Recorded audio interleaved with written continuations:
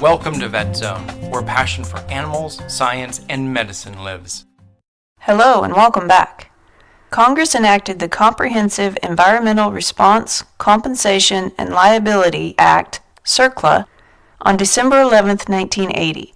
Commonly referred to as Superfund, the Act created a tax on industry that was placed into a trust fund to be used to clean up abandoned or uncontrolled hazardous waste sites.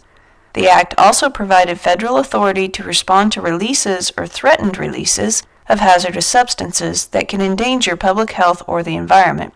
Lead, asbestos, dioxins, and radiation make up the top contaminants of concern. Specifics of the Act include prohibition and requirements concerning closed and abandoned hazardous waste sites, liability of persons responsible for releases of hazardous waste at these sites, establishing a trust fund to provide for cleanup when no responsible party can be identified.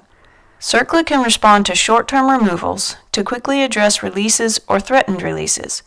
Provisions are also in place for long-term remediations. Sites listed on the EPA's National Priorities List are addressed to permanently and significantly reduce the release of hazardous substances that are not immediately life-threatening. The National Priorities List, NPL, tracks locations that have been deemed Superfund sites. The list updates as current sites are remediated and new sites are identified. Do you live near a Superfund site? A map with all current Superfund sites is available on the EPA website. Once a site has been identified, a site investigation begins. Investigators collect data on what hazards are present and their potential for release. The site falls into either an immediate needs or long-term remediation category. The site then lists on the NPL. Further investigations assess impact on the environment, human health risk, and estimated cost of cleanup. The EPA works up a proposed plan for cleanup, followed by a public comment period. The Remedial Design, Remedial Action (RDRA) stage develops detailed plans based on engineering specifics for the site.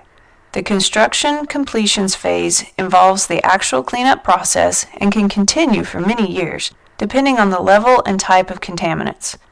Post-construction ensures that mitigation processes continue to be effective via site monitoring. When cleanup goals are met, the EPA deems the site remediated. It drops from the NPL.